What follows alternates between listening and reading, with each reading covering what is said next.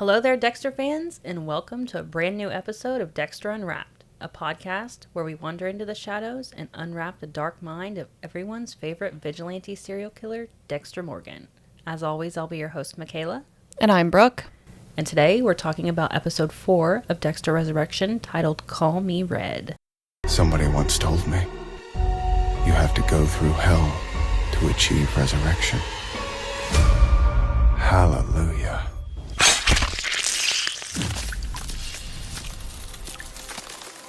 Hello there, podcast listeners. Thank you so much for joining us for our recap of episode 4 of Dexter Resurrection. Just a little reminder, you guys can now find us on Spotify, YouTube, and Amazon Music, and then Apple Podcasts will be coming probably next month. So be looking out for that. Holy shit, this episode. Yeah, what a wild ride. I know we say that like at the start of every episode, we're like, oh my god, this episode was so good. But this episode...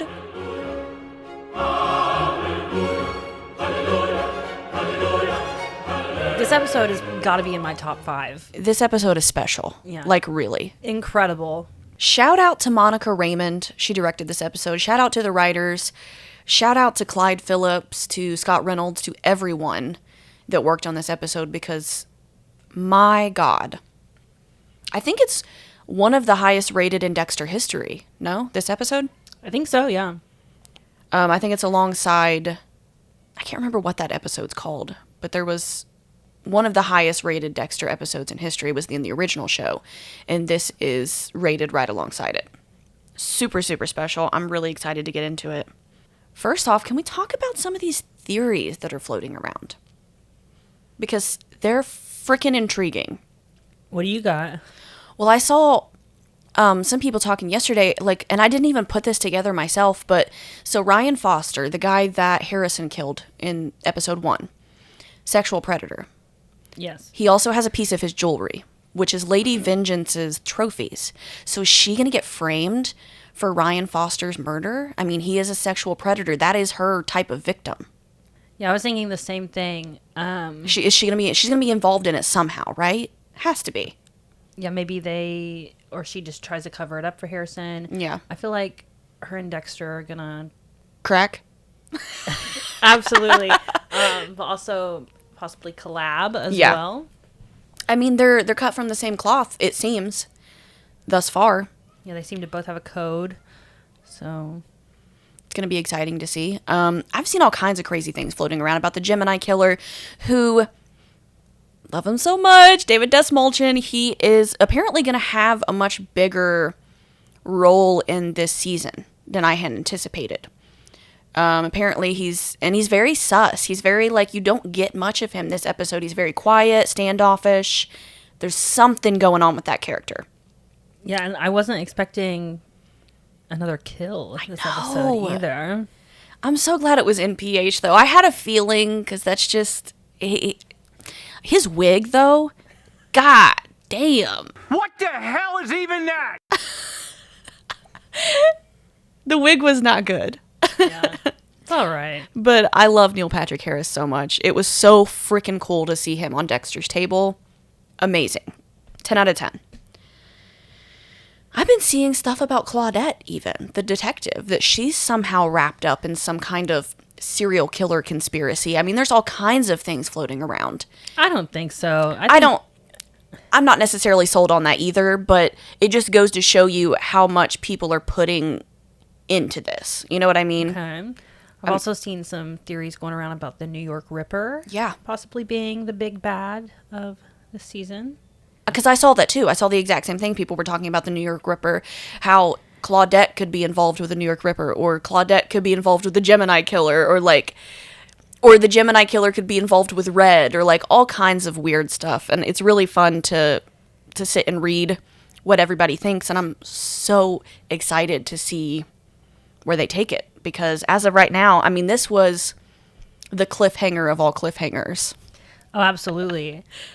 I immediately Snapchatted Michaela. I was like, what the fuck? That's how they ended the episode? Oh, it's maddening. Now, do you think Prater and Charlie are on to Dexter? See, and I had thought that. I had thought, what I mean, Leon Prater and Charlie both seem very, very intelligent. They seem like the type of people that are always 2 steps ahead. But so is Dexter. So if they don't know, I'm sure they will find out. But I did have a feeling, like, what if he had already known about the Bay Harbor Butcher? And, like, what if this was, like, a trap for the Bay Harbor Butcher? Or what if he, had some, like, when Dexter stepped up and, scanned his thumbprint, I mean, surely the first time. Yeah, surely the guy's got, like, facial identifying software. You would think. So, and, like, the Bay Harbor Butcher is the fucking mecca of serial killers in this universe. You could tell by the way that Neil Patrick Harris reacted when Dexter said, ooh, I can't even, we're going to get into that. That's such a good moment. But, yeah, this episode had a lot to give. So, I mean, do you think they're onto him? Do you get that vibe? Possibly. It's possible. It could go either way. I think the way, like, Prater was like, that went well, don't you think? Yeah, and just the way Dexter's face lit up when he saw his trophies. Oh my god. We should have put blood slides on the bingo card. We had both thought about it, but I was like, man, like, I really did not think the blood slides, because in New Blood he had talked about evolving. So I was like, I didn't think the blood slides were ever going to come into play again, but especially the original, the OG. Is he going to steal them back? He has to. He has to steal them back. And also, where did Leon get those? Well, he said he got them from an FBI agent, and I know that when the whole thing happened with Dokes, Lundy had brought the slides in, so that someone got a hold of them. Yeah, I had seen people saying maybe Quinn, but Quinn's not an FBI agent, but I think he had mentioned something about an FBI agent with a gambling problem, so he had won those from someone. So I wonder if that's just a little detail they included, or if that's gonna come back into play. I don't know, but if anybody has any theories, interesting theories, please comment them below, because we love reading them. It's so much fun to hear what people think, and I'm very stoked about all of this. This episode really lit a fire underneath everybody's asses, I think, because it's so good. it was like a film, like it, and especially with the long run time, incredible. Oh yeah, I wanted to show you something while we were recording.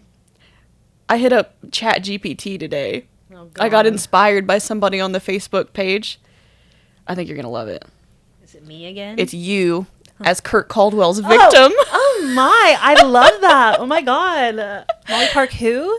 Literally, it's Michaela as a Kurt Caldwell victim. It's even got the right piercings and stuff. I love incredible. Send that to me. I am gonna send that to you.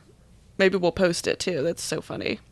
I know ChatGPT has kind of like, AI is kind of has a bad reputation. It's not super great for the environment, apparently, and it's also, I understand, like, the whole eliminating jobs, and, like, you never want to eliminate an artist job, so we really try not to use it.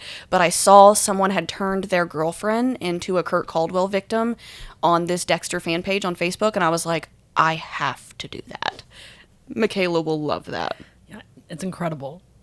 All right, so we've gabbed enough, I think. Without further ado, we're going to get started on episode 4, Call Me Red.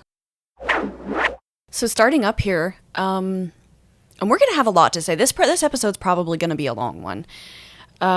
So we're with Dexter. He is in Red's apartment. He's trying on the Camera Shy hoodie. And he's talking to Harry about this invitation. He's like, this is a dinner for serial killers. I think he says an all-you-can-eat buffet for the dark passenger.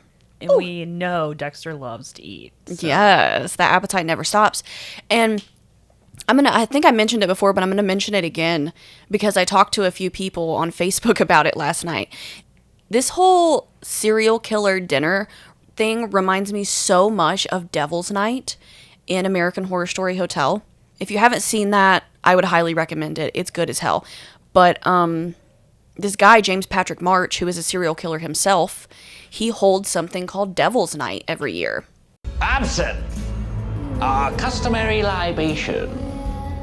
And it is this dinner party that he holds where he invites, now these are dead serial killers. It's like John Wayne Gacy and Jeffrey Dahmer and Eileen Wuornos and all those. But this reminded me so much of that. I thought it was really cool. And a lot of people had thought the same thing, so I just wanted to mention it. Harry's really trying to convince Dexter not to go to this serial killer party. Yeah, because, I mean, he could get caught up in some bad stuff. Which he's likely going to, because it's fucking Dexter. But Dexter's like, dude, I mean, you can see in his eyes, he is lit up about this. He is excited. Oh, yeah, Dexter is ready. And we get an original spin. A Dexter original spin. Yeah, that's how we open the episode. Oh, so good. He spins in Red's chair. Michaela's like, we get an original spin. But yeah, Harry's like, what if they don't believe you? Like that you're Red? And Dexter makes a good point here. I mean, Red has no real internet presence. They do kind of look alike, especially with all that shit on. Yeah, I mean, when I very first watched the episode of, like, when you very first meet Red, I thought it was Dexter. Yeah, a lot of like, people did. Until he, like, started talking, and then you're like, that's not Dexter. But they do look alike. And he's got the thumbprint, so he's like, I might as well. So Harry's really not happy about this. He mentions the pig farmer, which was apparently some type of, like, serial killer meetup that had happened before. I think Harry refers to it as a party of sex and carnage or something like that. He's like, what if they want to kill together? What if, he's asking all these questions, and Dexter's just done with it. He's like, your 20 questions are over. He's really set on, like, going to this. I mean, he has to see what it's all about. Of course. Come on, man. Like, it just fell into his lap, of course. He puts a box cutter in his sock, which doesn't do him any good, as we see later on in the episode, but turns out he doesn't need it. I mean, and God, this guy's apartment. Leon Prater's, like, little... Yeah, crazy. Immaculate. Like, and I think it makes a lot of sense. Like, when you're a billionaire, the appetites of the filthy rich, it's normal stuff wouldn't satisfy you anymore, once you have that much money. Right. So it makes sense how someone could get into some weird, dark shit being a billionaire. Anyway, I digress. Let's move on. Okay, so we go over to Harrison. He's at work at the hotel, and the watch repair shop calls him, telling him that Ryan's watch is ready. He kind of, like, freaks out and was like, I'll just come get it. But, like, why didn't he just be like, he's dead? I know. That's what confused me about is, and honestly, he should have just been like, oh yeah, this is Ryan's watch, by the way. Like, it's not that weird. Yeah. That he would have it because Ryan had asked him to do so many things. Right. It wouldn't have been a red flag right away that he had put Ryan's watch in a repair store and now it's ready. You know what I mean? Like, as far as, like, the cops go. But he's really freaked out about it. Yeah. This watch is going to play a big role. It has to. Oh, yeah, and the fact that he just carries it with him the whole episode, I'm like, what the fuck are you doing? I mean, honestly, though, like, is he collecting his first trophy? You know what I mean? Yeah. Without even realizing it, like, and not even maybe even meaning to, but, like, that's his first real kill. So, I don't know. I don't know. But we get over to the title card, the episode title card, which is Call Me Red. How do you feel, Michaela? Absolutely hate it. And the flashes, let me tell you, another spoiler. It spoiled that we were going to get a kill again this episode. Excuse me. Just pisses me off every time. This show is so near and dear to our hearts. Obviously, we put a lot of man hours into talking about it. So we are not talking bad about the show. I got to just start closing my eyes because it just pisses me off every time. It does. It just kind of like, I get where they're going. It does get you interested in the episode, but also at the same time, like the Masuka Quinn flash in the last episode, and then the flash of him killing, which I don't think it shows MPH, does it? It doesn't show, yeah, no, it doesn't show who it is, but still, like... Yeah, but still, you know before you even watch the show that you're going to get a kill, which we had all kind of suspected anyway, so, like... Right, but it still pisses me off. Yeah, like I was saying, they didn't have to put that in there because we all pretty much knew we were probably going to get one anyway. But I liked the episode title, the Call Me Red on the skyline. Just floating in the air. I fucking hate it. You're funny, man. I hate it. Michaela, okay, so if you had to rate that one, like 1 to 10, what would you say? A 1. Absolutely hate it. Okay. Oh, one. Moving on. They could put it in the clouds or something. Why is it just floating on top Yeah. of the buildings? I don't mind it. Ridiculous. I do like the blood, too. Like the blood trickles down in it. Yeah. That's all right, but no. So we get back over to Dexter, who is cosplaying as Red, the Dark Passenger, and he's meeting up with Charlie in the park. Yeah, she is taking him to Prater's. Ooh. I love how he tries to get behind her in the car. She's like, hell nah. Yeah. She said, I'm playing your game. She taps Get in her. the front. Yeah, she taps the gun on her hip. She's like, absolutely not. And so they kind of start talking like while they're on the way to Leon Prater's.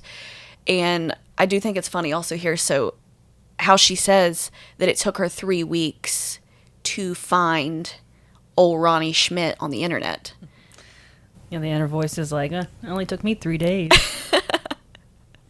He's very competitive. But thus far, it seems like Charlie's very convinced that this guy is Red, the Dark Passenger. Yeah, I mean, I feel like Dexter's playing it off pretty well here. Yeah. I don't know. Like, I am kind of convinced, though, that Leon somehow knows that this is Dexter. Yeah, I think when we get further into the episode, especially with the fingerprint And not the- working, and I'm wondering about the presentation he's got to do. Like, how is he going to do this presentation? yeah, what's he gonna bring? Just the licenses? Licenses and that fucking little cutty thing. What is that called? Is it a jiggly? Is it giggly? Jiggly? How do you say that? Hold on. I'm gonna have Siri say it. Geely. Geely. Geely? Geely. Geely? That's what this says. I don't like that. Geely. A Geely saw? Hold on. Bullshit. Yeah, so it's a Geely saw. It looks like jiggly. I'm glad we didn't call it that the whole episode, though. A jiggly saw. No, it's a Geely saw is what Red uses. So maybe that. I saw some people on Facebook saying, what if he, like, reveals himself during this presentation, either on purpose or accidentally? I feel like that's not going to happen, though. At least not yet, right? Yeah, I don't think he's gonna reveal himself. On purpose? To be the big bad boogeyman of the serial killers in front of all these I don't think so.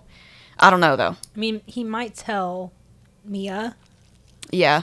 I would say he would tell Mia first before, I don't know, though. We'll see. We're getting ahead of ourselves, but... And I've been trying to hold back and not watch the promos for the next episode. I have not watched the promo for the next episode either. I like to be surprised. You know what I mean? Dexter asks Charlie if she can give him any details about this little meetup, and she says nope, and turns on some, like, gangster rap. Yeah, some of the music It cracks crazy, me up. but I was like, really? That's what would be like on Charlie's...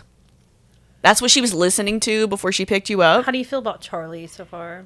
I think she's cool as hell. I like her. Yeah. I love Uma Thurman, and she's intimidating. Like, truly. Oh, absolutely. This character is intimidating, and I would not want to piss her off. And I think she's a good, like... She's not, like, actually a main character, but she's in it enough. I think it's a good role for her, and I think it's really cool. So, eventually they get to Leon Prater's, and Charlie kind of, like, looks over Dexter, finds his box cutter, so obviously that's doing him no good. But she finds his trophy, and when she pulls it out of his jacket, the look on her face, she is so disgusted.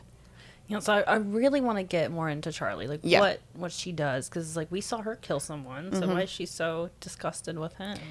And who she killed was a serial killer also, the Canton Clubber. Yeah. So I'm wondering I'm wondering if she's going to end up helping Dexter or something, because she is obviously repulsed by these serial killers. We also see that later in the episode when Leon takes Dexter into the vault. I think he makes a mention. He says, Charlie doesn't appreciate what I'm about to show you, or something like that. So there's something about Charlie. She does not vibe with these motherfuckers. And then he tries his DIY thumbprint. And like you just said, this is a sweat-inducing moment. It doesn't work. Yeah, the first time the fingerprint doesn't work. I think he tries it again and it doesn't work again. And Charlie starts to get like...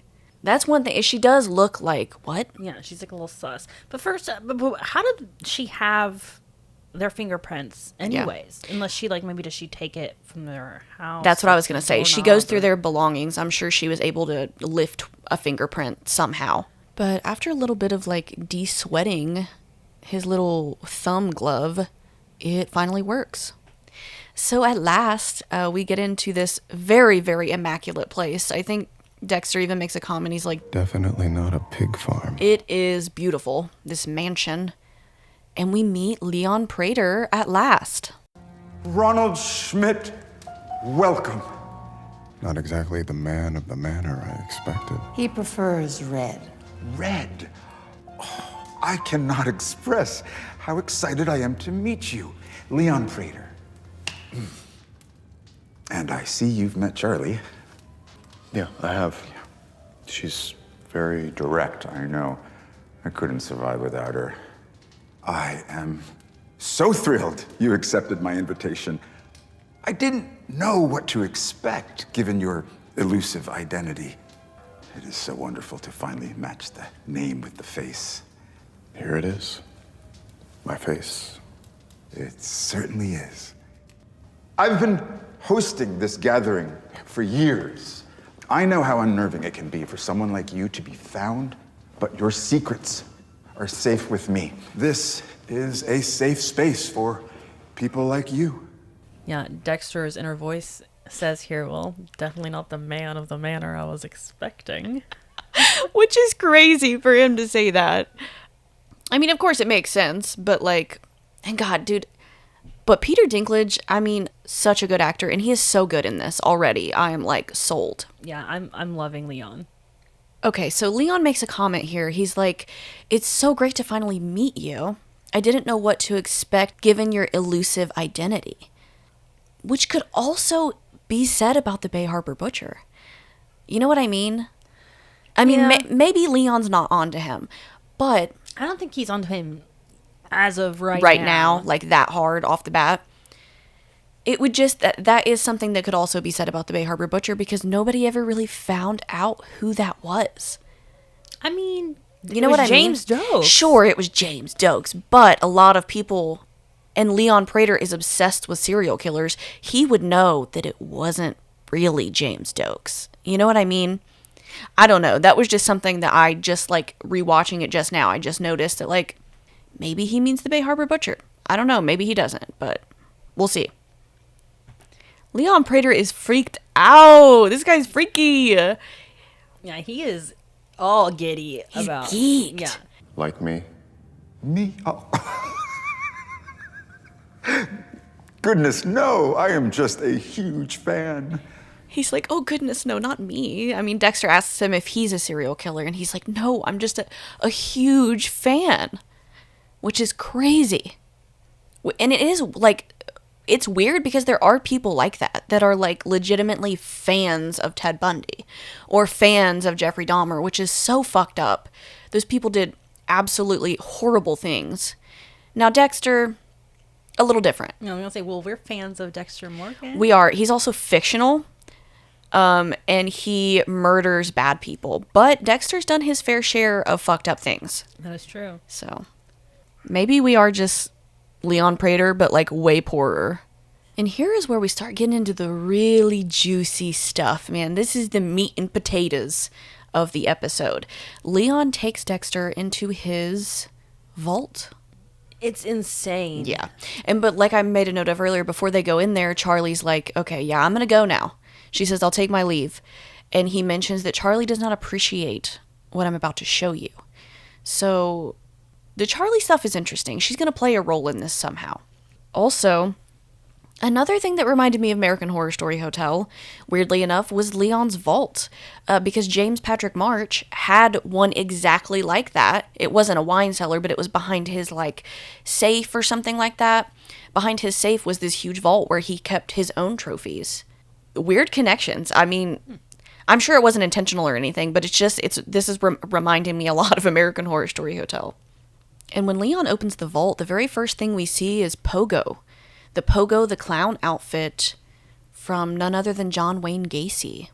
Crazy. Yeah, what a thing. Yeah. To own. Yeah. And then we get like a little flash from Original Sin. So very cool. Shout out to Scott Reynolds. Yeah. He played John Wayne Gacy in that scene. That's what I was gonna say. Is like I thought maybe Scott Reynolds had played one of the serial killers, so it was John Wayne Gacy. Yes. And we get like a little flash of that, so I thought that was cool. And then he proceeds to show him around his serial killer collection, which is immaculate. Wild. So he's got everybody in here. He's got Jeffrey Dahmer's fridge, which is crazy work. Relax. I just want to take some pictures. Yeah, what an insane thing to get to get hands on. Crazy. I mean, if anybody could, it'd be a billionaire, I guess. But there's one that they kind of go by. It's the flight attendant killer. They don't touch on it at all, but it's there and we see it very clearly, and they linger on it a little bit. So I'm wondering maybe if that's going to come into play or if it's just like another detail. He's got like it looks like a lamp from Ed Gein. He's got the New York Ripper, which he mentions never caught. Yeah, Leon says he's highly prolific and never been caught. So we had both said we saw a lot of people talking about New York Ripper theories, how that's going to come into play, or if it is at all. But like a show like this, they rarely include details for no reason. You know what I mean? I wish we could have got a little you Easter egg. Maybe Joe Goldberg. Cage. Yeah. I love those. It's like, who would win, Dexter or Joe Goldberg? I'm like, they're in New York. You can't throw in like the book, like Beck's book or something. Like, come on. Joe Goldberg wouldn't last one episode. Oh no. He'd be a side quest for Dexter Morgan. I love you. It's a good show. Ain't nobody got shit on Dexter. They just don't. And then we get Arthur Mitchell's hammer. You see Dexter's face kind of light up here. Yeah. Leon says, an interesting thing is, he didn't just kill in 3s, he killed in 4s. Mm-hmm. It was a misnomer, is what he said. And then he says, I got these from an FBI agent with a gambling problem. Don't know if that detail is going to come into play, who that could possibly be. But he lights up the fucking blood slides. Dexter's blood slides. Holy shit. Yeah, Dexter is just...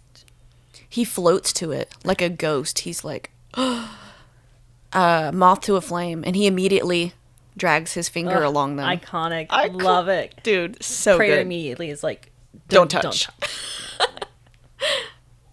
Can you imagine getting told not to touch your trophies? Yeah. I couldn't handle that. I can't keep my emotion. I'd be like, this is my shit. Yeah, and he gets a little out of character here. And I don't know, maybe did Leon pick up on that? I don't know, dude. It's all very, very interesting. But Leon also has the table that he, quote, says the ice truck killer took his own life. Now, we all know that's not true. We get like a clip from it, actually, of Dexter. Dexter was the one that killed the ice truck killer in season 1. That was his brother, Brian Moser. Pliny. I so thought we were going to get like a little cameo here. Yeah. Really From wish, Christian. Yes, really wish we would have. I hope we get one. I think we will. I'm almost positive Christian's going to be in this. And this season is so iconic already. This episode is so iconic already. I don't know if we could have handled that. Yeah. You know what I mean? I don't think we could. Yeah. Biney too? They got to spread some of the shit out. You just don't know what to... Literally so geeked out. Dexter is so geeked out about these blood slides. I think he puts his hand on his face. He just looks a little woozy. He's like, this is all just a lot. Oh, it's definitely a lot. Even for the average Joe, it's a lot to take in, I guess. And see, Leon is so into this. He has so much money. You know he has researched all of this extensively. Oh, absolutely. But where is he getting this stuff to begin with? Money, baby. Money, baby. I mean, they keep things like this in, like, evidence, but, cash is king, so... Like, the freaking table? Insane. Absurd. But I'm just wondering, like, he has researched this extensively. Maybe he knows that the real Bay Harbor butcher has never really been caught? And what if this is all like bait for the real Bay Harbor butcher? You know what I mean? Do you think Leon's setting this up so Dexter will kill all the other I don't killers? know, dude. This is so cool. There's so many ways it could go. We get some trophies. We get to see some trophies from Rapunzel. He collects ponytails. Crazy. I think Dexter calls him Ponytail Guy, which I think he himself goes to reiterate later in the episode. He calls himself Ponytail Guy. And then we also get to see it's a complete sleeve, tattoo sleeve, removed from someone's arm. Do you think he does that while they're alive? Oh, God. I don't know. Yeah, I feel like they wish we would have gotten more information. Yeah, I feel like they would thrash too much to do it while they're alive. You know what I mean? But that's probably why he knocks them out. But yeah, true. Yeah, he does. Which we find out later, or we already know, is NPH's character, the tattoo collector. So we're gonna get into that later in the episode. And then Dexter gives Leon one of Red's trophies, and Leon is, He is ecstatic. he has his little handkerchief ready. He's like, Tyler Day, you're first. He is just so honored. This guy's a freak. This is freak behavior. So Dexter asks an interesting question here. He's like, these people, they trust you with all of this? Like, this is stuff, this is evidence that would put them away for a long time. And to kind of prove his point, Prater puts in the code wrong once. And a very loud alarm goes off. Charlie and all of security kind of immediately get up at arms. They have guns pointed at Dexter. So, like, I wonder if that's going to come into play later. You know what I mean? Oh, yeah, maybe he's going to go steal back his slides and get shot or something. So, I don't know. I'm excited. He's got to steal those fuckers back. Absolutely. Come on. He's like, these are mine. He didn't even ask. Dexter didn't give him those. Those aren't his. Fuck this guy. But then Charlie tells Prater, she says Mia's here. Mia is Lady Vengeance. So we're getting ready to meet this girl. Which, she is a sommelier. She's like a wine connoisseur or something also. Yeah. Did we realize before the show that she killed predators? Was that a detail they let slip? Don't think so. Because I remember, like, I was like, oh, that makes so much sense, actually. Yeah, I don't think so. I think that the only thing that was revealed was that she was Lady Her name. Vengeance. Yeah. I love that this new season, Dexter himself is really leaning into himself, into the Dark Passenger, into, we'll find out later in the episode, Bay Harbor Butcher name. He's like a little bit more accepting of who he is. And, like, you know what I mean? Yeah, I mean, he's getting a second chance. And so he meets Mia and finds out that she is renowned sommelier and that she is known for taking out sexual predators. And he's immediately like, does she have a code? Yeah, very interested to see how they're going to... For sure. And later in the episode, I don't know, man, I feel like she kind of baits him a little bit.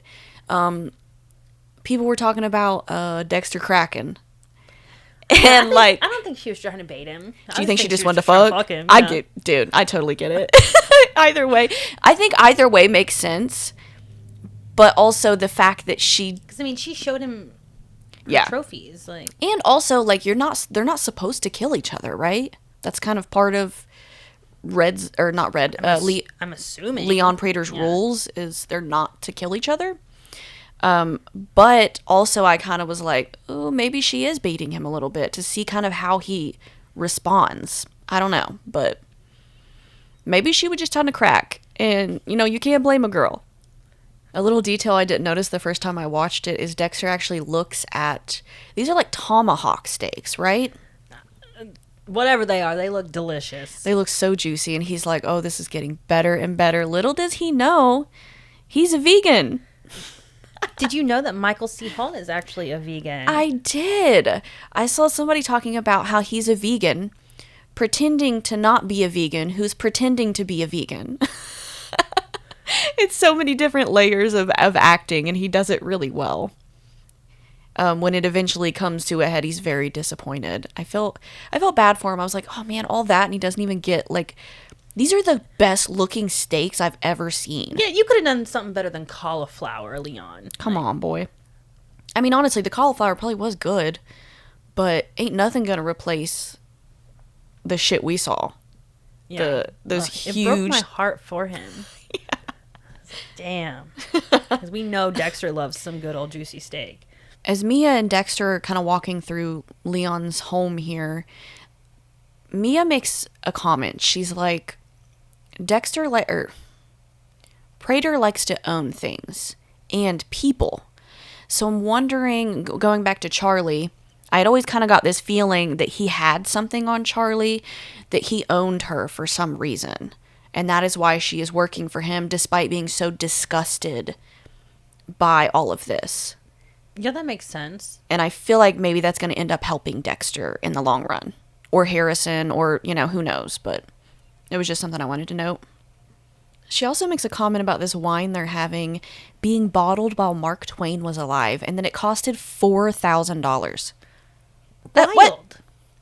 That's a waste of money. I would be like Dexter, though. I would just be like, this just tastes like wine to me. Like... Yeah, I'm not a big wine fan. Me either. She seems very upset by the fact that he's not, like, fully enjoying this immaculate wine, but honestly, I wouldn't know the difference between a $30 wine and a $4,000 wine, probably. I couldn't tell you. It all just kind of gross to me. Yeah. But then we finally get to meet Ponytail Guy, Rapunzel.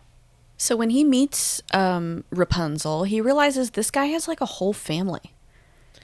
Yeah, very interesting. He's got a wife and a bunch of kids. Seems to be a family man. And then Rapunzel says something that I think really, like, resonates with Dexter. He's like, these little excursions that I go on, it's self-care, really. I have to take care of me before I can take care of my family properly. Yeah, see, Dexter never did that. He's like, oh yeah, you're right. So it's like he's got to get himself together before he can really be there for Harrison in the correct way, is I think what really resonated with him about it. Yeah, he's like, man, my son doesn't even know I'm alive. Yeah. And then we also get to meet the tattoo collector, Neil Patrick Harris's character. I will say Neil Patrick Harris plays a very similar character in, like, everything. What up, Rapunzel? You big tub of shit. He's very much himself in most things that I see him in, but he's fucking funny, man. He is funny. I really wish we could have got more of him. Yeah, Sad me too. He had to go so soon. But. I know. I wish it would have been like Al or something. I wish it would have been the ponytail guy first or something, because we can't kill David Desmulchin. He is too precious. He needs to stay in it for the long run. And I really do wish we would have got a little bit more of Neil Patrick Harris, but woulda, coulda, shoulda. I mean, I think it makes sense, though. The MPH was the first one to go out. But before we see any more on this serial killer dinner party, we get a short scene of Batista knocking on the door of Harrison's friend, the one that works at the hotel that he offered to sell the truck to. See, I knew when Teddy told him that there had been like a speeding ticket or whatever, I was like, I bet it's going to be the guy. I don't remember his name. I should probably know his name. But the guy that Harrison sold the truck to. Yeah, I think his name is Lance, the guy that Harrison works with at the hotel.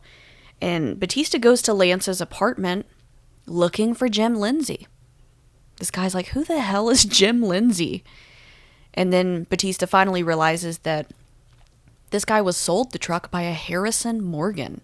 And he immediately clocks that name. He's like, oh. Yeah, Batista is on some shit. Like, what are you doing? I know. I love Batista, but I've been seeing everyone post, Batista's gotta go. And I feel kind of the same way at this point. So after that quick little Batista scene, we get over to the serial killer dinner.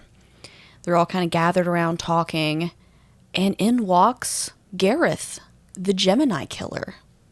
Oh, I love him so much. He is creepy. He is. And there's something about him. I mean, she is very gorgeous to me. I think it was Rapunzel, the ponytail guy, that asked, why don't you tell us about your year? And he says, I'd rather not. There's something this guy's got some kind of secret. Don't you feel like there's something going on with him? Yeah. I don't know what it is. I'm excited to find out. But he's spooky. He's like, gives me like classic serial killer vibes. He's also named Gareth, which I think is definitely an intentional nod to Gareth from Dissecting Dexter, right? It's gotta be. We love you, Gareth. That's such a, it's a unique name, and I know that they know about Gareth. He's been doing it for what, like, almost 15 years or something like that? So it'd make a lot of sense why they would name a character after him. That is so cool. So as they're talking, Dexter kind of sees Harry, like, behind this glass. He excuses himself to go talk to Harry, to himself. And Harry's, like, not loving the way that Dexter is loving this. He's like, you're still gonna kill these guys, right? He has to. Dexter's like, well, there is a code. I don't have concrete proof. But, like, I can kind of understand from that point of view, like, it's the first time he's been able to talk freely about murdering people. I know, and I wish we could see it as the Bay Harbor Butcher. Yeah, and I think we will. I mean, right? He's got to reveal himself at some point, whether by accident or on purpose. But then Leon chimes in that dinner is served. So they all sit down to dinner, and one of them asks, will Keith be joining us? Keith being the Canton clubber. Prater tells them No. he will not be joining us. He says that Keith didn't abide by the rules which he makes to keep them safe. So they eliminated him, and I think the inner voice here says, so this buffet bites back. He's realizing that they take these rules very seriously here at the Serial Killers Clubhouse. I'm interested to see how that's going to come into play because Dexter breaks one of the rules here very shortly. And then Leon makes a toast to new friends, and I just want to point out the way he looks at Dexter here, it's a little sus. Maybe I'm just picking up on things that aren't there. We'll see. But he kind of gives Dexter this look. You know what I mean? Yeah, it's very ominous. Mm-hmm, very ominous. And then they all start to dig in on their, like, tomahawk steaks.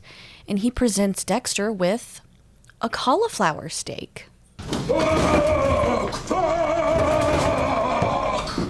Dexter looks absolutely disgusted.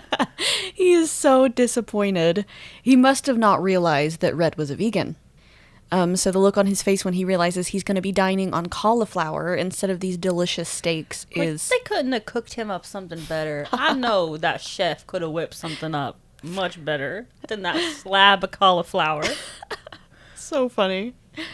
So then they start their highlight of the evening, Leon calls it. And it is a presentation from Lowell, the tattoo collector. Yeah, he's doing a little show and tell. He's saying he's found his next victim. Her 15-year-old Pooch just passed away. And she's getting a tattoo in its memory. Yeah, why does he want the dog tattoo? That cracked me up. Yeah. I was like, of all the tattoos you could collect... It's a beautiful dog. Like, sure. cute thing. Sure.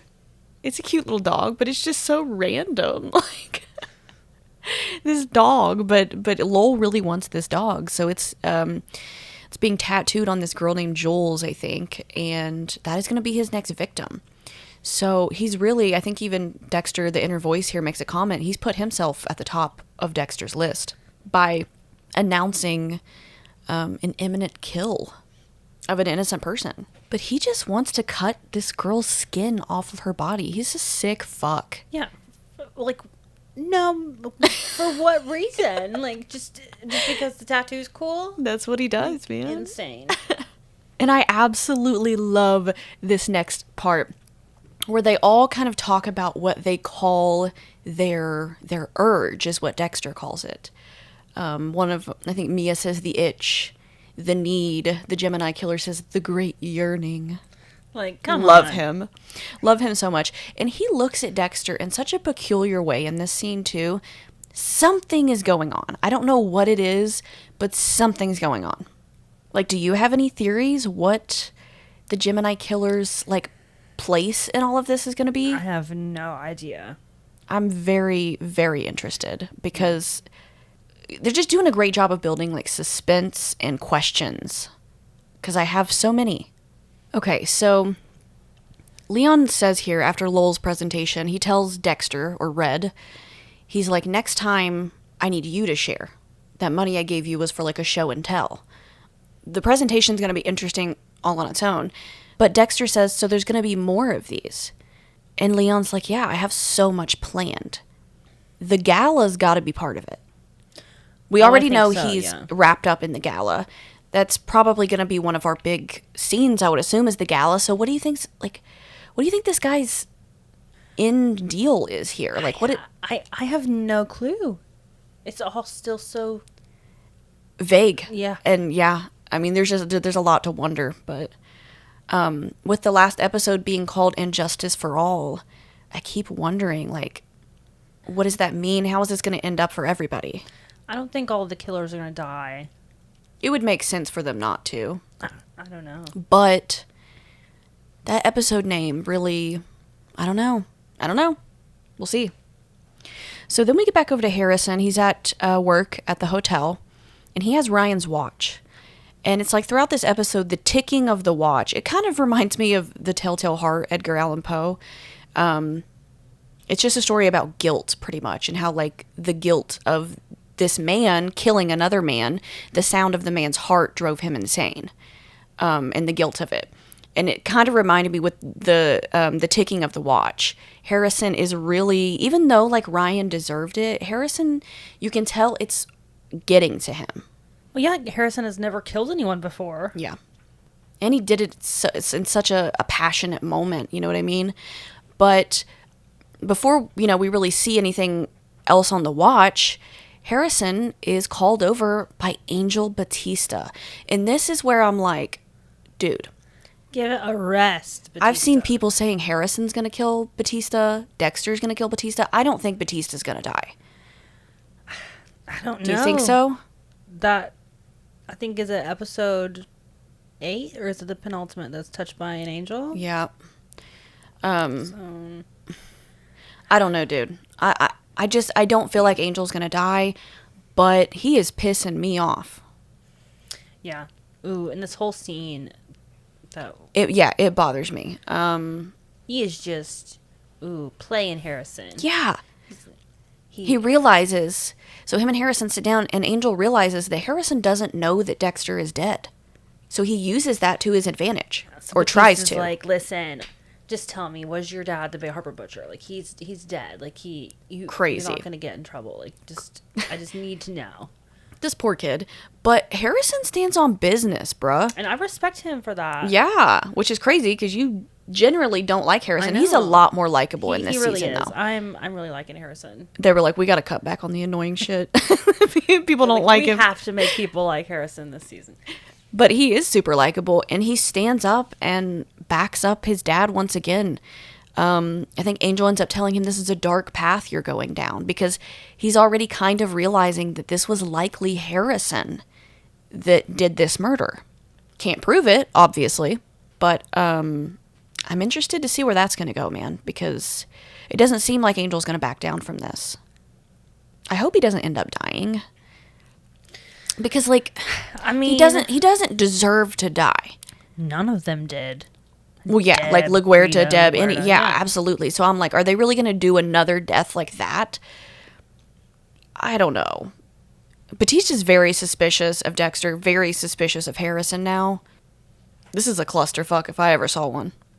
And Elsa's dumbass. She walks up to Batista after Harrison has already walked away.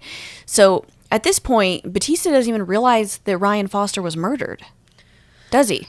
No, Elsa comes in and is like, listen, like, Harrison didn't have anything to do with that murder. Because she's clueless. She just thinks he's another, Another cop, another badge. Yeah.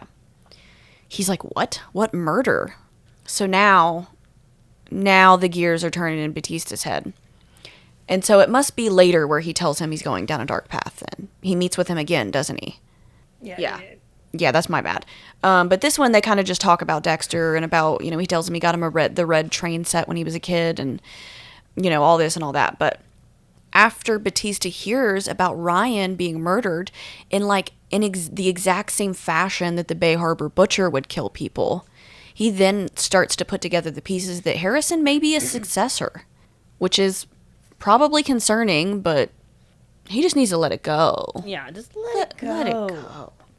So we get back over to the serial killer dinner at Prater's. Lady Vengeance and Dexter kind of talking. They've internet stalked each other. And NPH, the tattoo collector, he comes up and tries to get some more wine. And the way that Mia, Lady Vengeance, acts towards him, she does not like this guy. No. She won't shake his hand earlier. She really doesn't want to give him any wine. She seems really uncomfortable with him. So I'm wondering if he's been weird with her or something in the past. Or if maybe he just doesn't like that he stalks and kills young women. I don't know. But I think there's something there. Because she's very weird about him. I think maybe she just doesn't like Lowell because he's pervy. But who knows. But anyway, her and Dexter get to talking about Laura Moser. Of all people. Yeah, she's like, come on, what's your deal? Like, what? Everybody's got mommy issues here. Like, yeah, he goes on to tell her that his mommy issues aren't from her being terrible, but just how he lost her. So he's already giving her, like, real information about himself. You know what I mean? Like, he's not pretending to be red right in this moment. He's being honest. And they set, like, a little date, Dexter and Lady Vengeance, to meet the next day and talk, like, on their own. And Charlie brings them all phones. So the phones, I saw something on Facebook again earlier. People were talking about this. So Leon gives them all these phones, right? Surely he's got a tap on those phones. oh, yeah. Would that not show Dexter and Lowell right at the same place when Lowell went missing? That's true. I'm just wondering if the phones are somehow going to come into play with Dexter getting caught red-handed, no pun intended, disobeying Leon Prater's orders. Okay, interesting. Rapunzel's immediately like, I'm going to start a group chat with everybody. He's the real peacock of the group. He's like, maybe we can get a tour of Ellis Island, which is crazy. It was like an immigration. Ellis Island was like an immigration station. Okay. I'm reading here about it because I wasn't completely sure like what Ellis Island was all about. 12 million immigrants between 1892 and 1954. But it was also used after World War II as a detention center primarily for migrants. They also detained prisoners of war there on Ellis Island. Let's go tour that shit. It'll be fun. And with that, like, the party is over and all these serial killers take their leave. And he thanks Leon Prater. I think this is genuine too. He's like, I've never been able to talk about this type of stuff so freely before. Yeah, he says, I didn't know I needed that. And Leon also, another thing that makes me feel like Leon's not onto him is the way he's like, we just want to know about you, about what it takes to saw a man's head off. Talking about, the stuff that the Dark Passenger does. So I don't know. But then Dexter gets into the elevator to leave. Leon's like, that went great, didn't it? To Charlie, I think.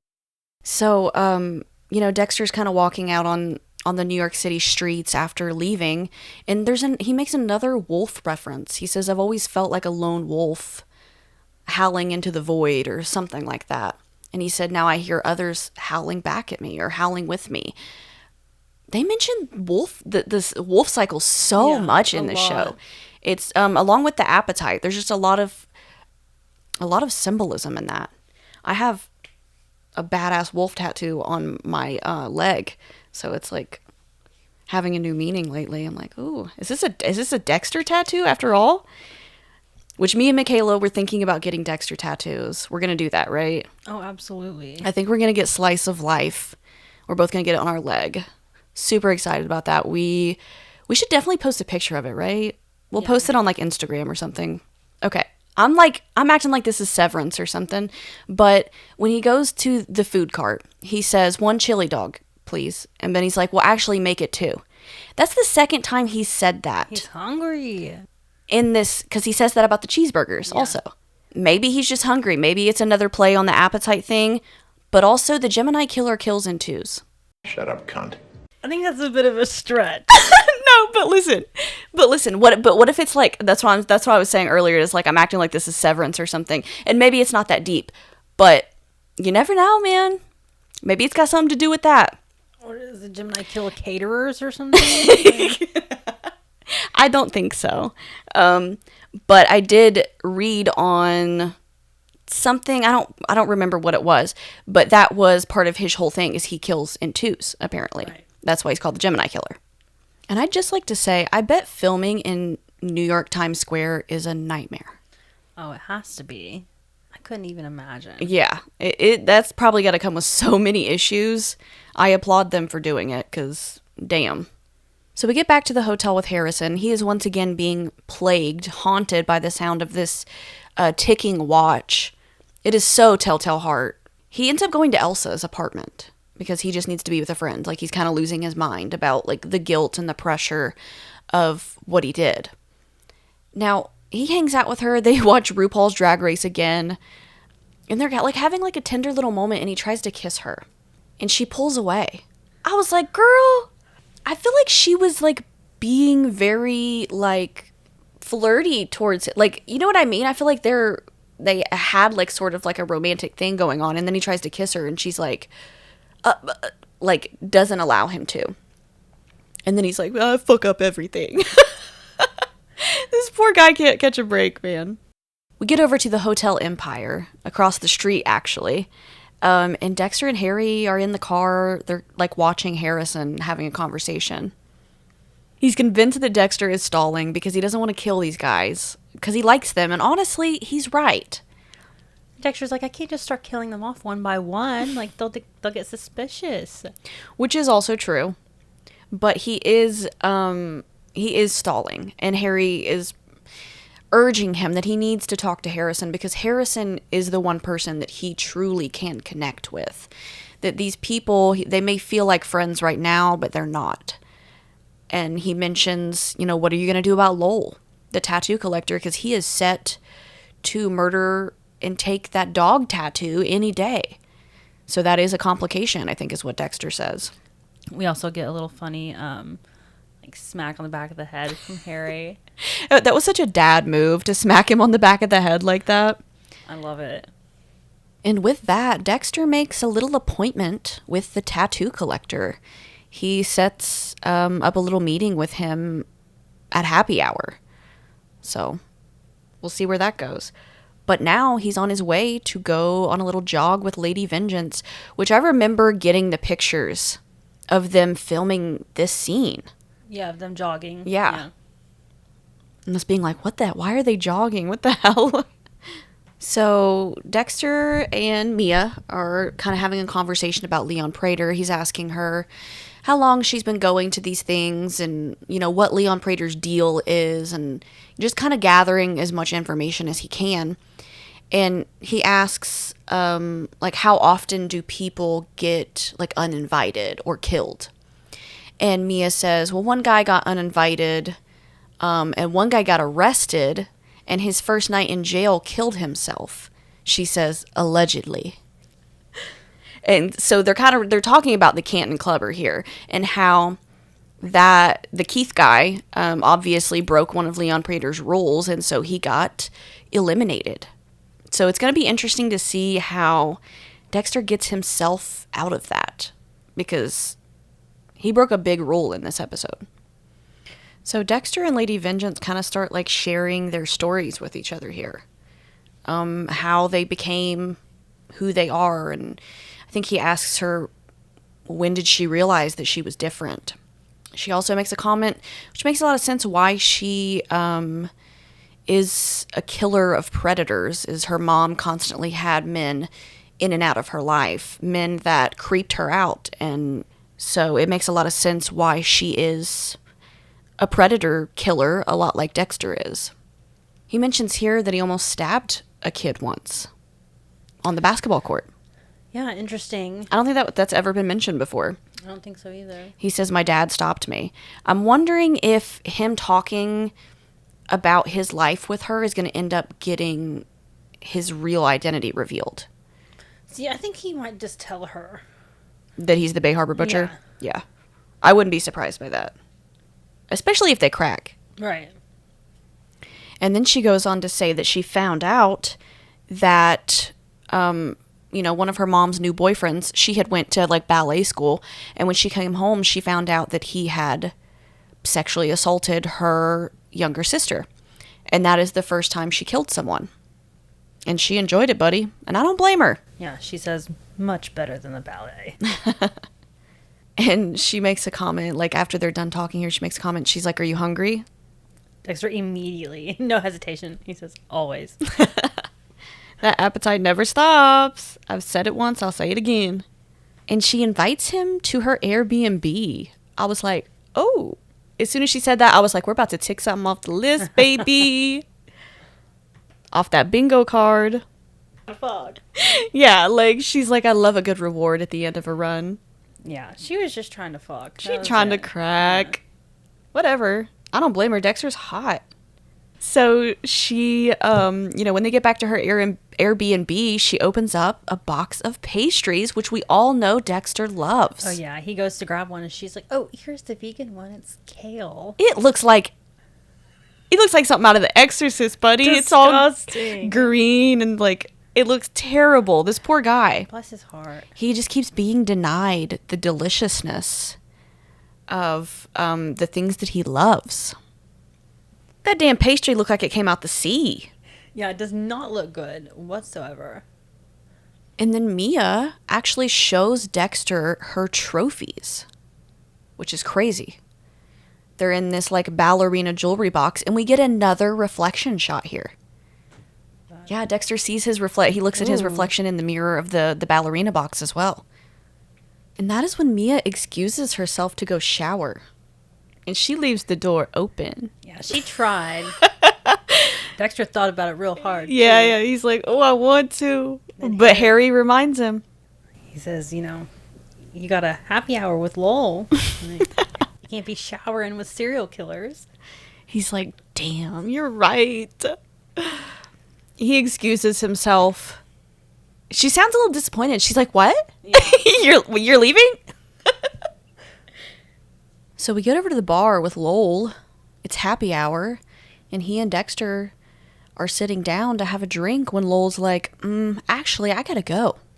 Yeah, he is watching the tattoo parlor across the street. And the piece is almost finished. Neil Patrick Harris is so funny. The way he delivers lines is unmatched. He's like, her pain tolerance is crazy. This guy's just so pervy. I thought it'd take more sessions, but her pain tolerance is crazy. And then he utters something. He utters the iconic line. Tonight's the night, baby. the face, like Dexter's face when he says that is hilarious. And then we also learned that he's an anesthesiologist by day.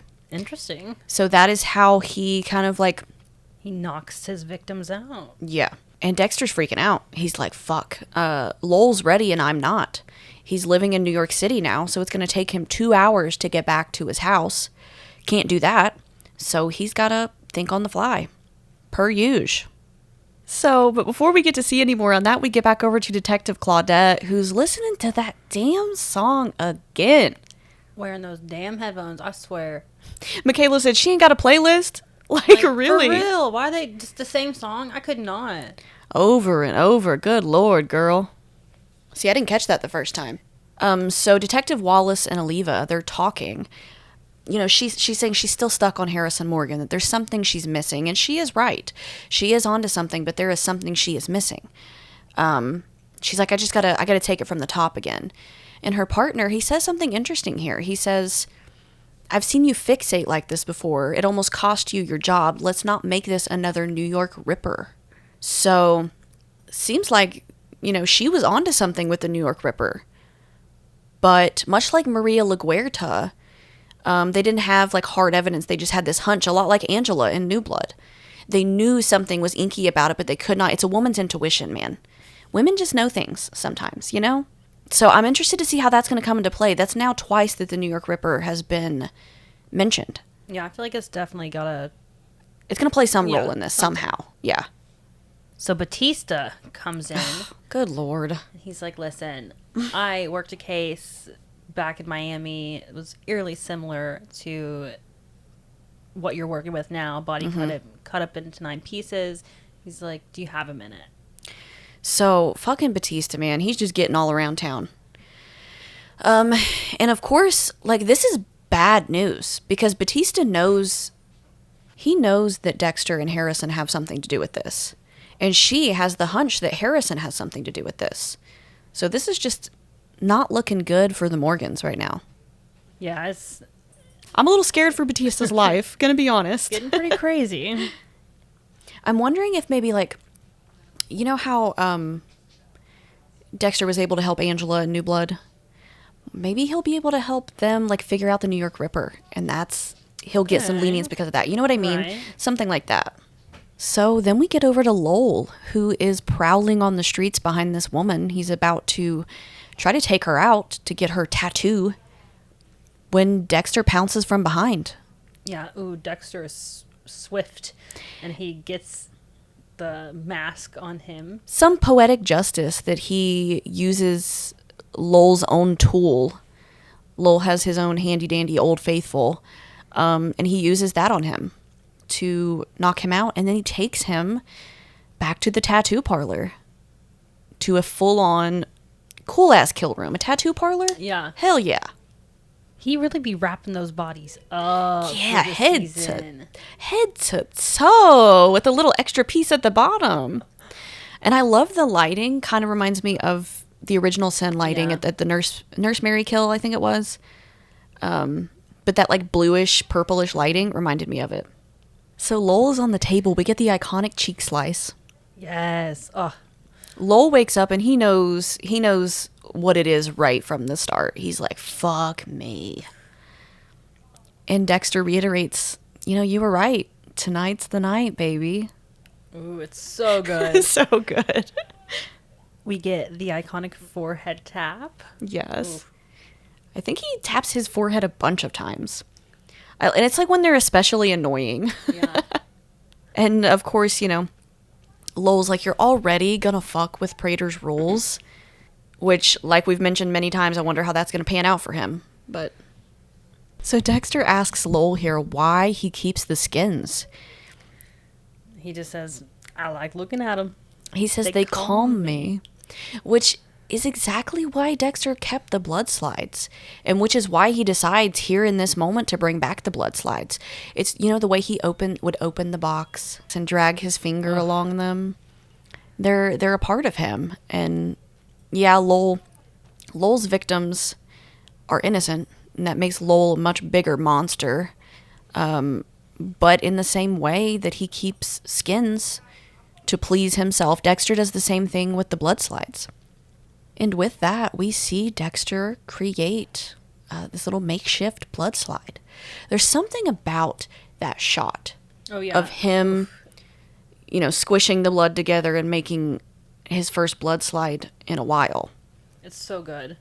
Iconic. It's really like we're seeing, especially this episode, we're seeing Dexter starting to accept himself and who he is in all facets. And that is once again, the point is driven home when Lowell makes a comment about his trophies. That's your trophy? Pretty lame for someone who saws off heads. There's one thing I couldn't be honest about last night. Is that right? I'm not a Ronald Schmidt. I'm Dexter Morgan, Who's that? the Bay Harbor Butcher.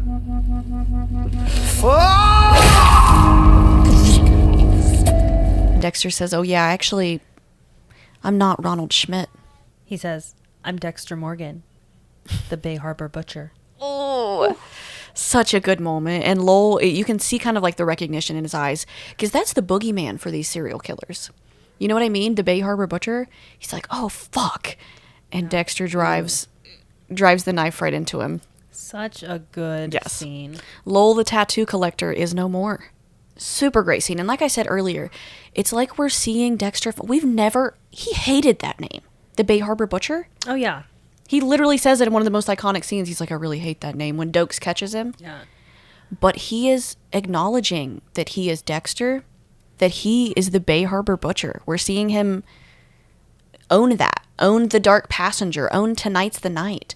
And much like Red stealing his name, Dark Passenger, eliminated him, Lowell tainted his catchphrase, Tonight's the Night. Lowell said it himself, and he said it about, killing an innocent woman. So much like Red stole his name, Lowell stole his catchphrase, and now they're both fucking dead.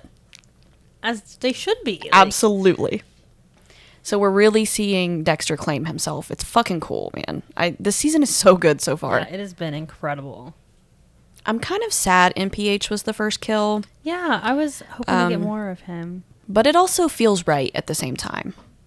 So we get one good final scene between Harry and Dexter here. They're driving back to dispose of Lowell's body. And Harry's making a point that, when you were young, I had to stop thinking about what I wanted and start thinking about what you needed. That's kind of just part of being a parent. So I do feel like we're going to see the influence of Harrison changing a lot of things about Dexter, about the way that he operates. And it seems like Harry's finally convincing him that he needs to go talk to Harrison. I think it's funny here. He says, I'm not afraid of a lot, but I'm afraid that he will think that I should still be dead, that I'd be better off dead. He's really afraid of being rejected by Harrison, which is crazy because he's never afraid of anything. I mean, it would be hard though. Absolutely. So we then get Dexter dumping Lowell's body in the incinerator again with Red. I wonder if this is going to be his permanent dumping grounds, or if we're going to get not a bad one, not a bad idea. New. Yeah. And Harry's like, so what are you going to do? When Lowell doesn't show up at Prater's, you're going to be the first suspect. He's like, weren't you the one that told me to kill Lowell? I love Harry's little look. He just kind of stands there well, And Dexter says, I'll figure it out. This is what I'm best at. So true, King. So true. And he will figure it out. He always do. But then, getting to the end of our episode here, we get back over to the hotel. So Harrison and Batista have a conversation here. When, back at the hotel, Batista showed up again. He walks up in slow-mo like the big bad that he is. And he's trying to play Harrison like a fiddle, man. Yeah, and Harrison isn't having any of it.